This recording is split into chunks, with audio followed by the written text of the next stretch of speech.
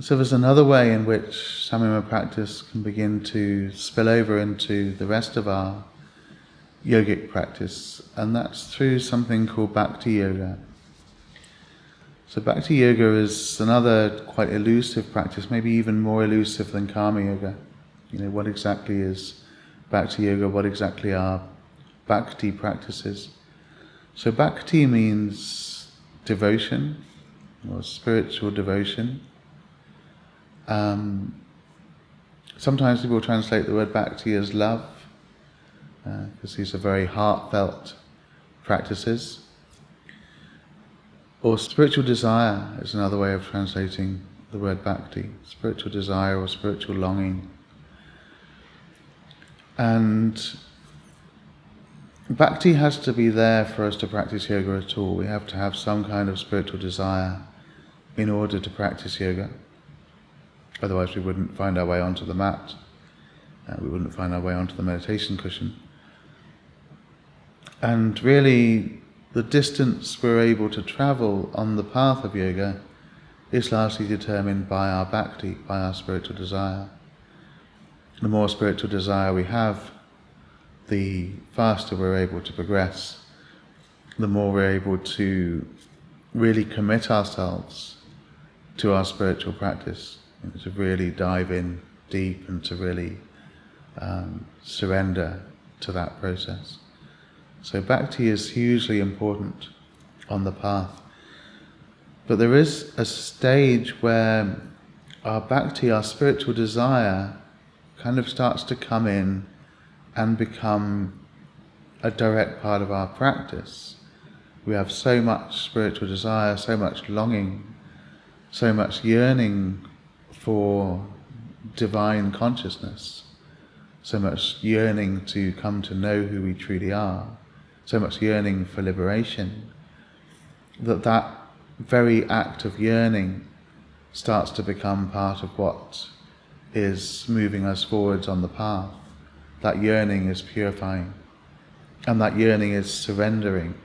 That yearning causes us to surrender things. When something arises that isn't useful to us, isn't serving us on the path, our longing for liberation is so strong that we just surrender that thing to our highest ideal, to what it is that we're striving towards. If our highest ideal is peace or love or freedom, then we would surrender that automatically to our highest ideal. If our highest ideal is the Buddha or Krishna or Jesus Christ or Mother Mary, then we automatically surrender whatever is not serving us to our highest ideal.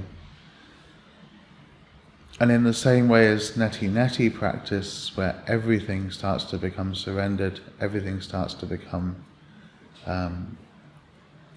dissolved into silence, it's the same with bhakti.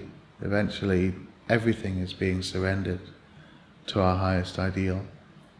And so you can see, if we have a well-established Samyama practice, and we're used to just releasing things into silence, once this power of spiritual desire becomes strong in our life, and we start automatically wanting to surrender things to our highest ideal, to our Ishta, then that habit of releasing into silence makes it very easy for us to surrender everything on the path. And that process of surrender doesn't stop. It's like with Karma Yoga. The fruits of our actions are always being surrendered.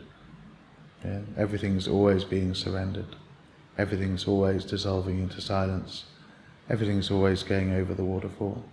And so our life becomes like that. It becomes a life of service. It becomes a life of devotion. It becomes a life of surrender. So that's another way in which Samyama practice really strengthens the whole process of liberation, the whole process of union,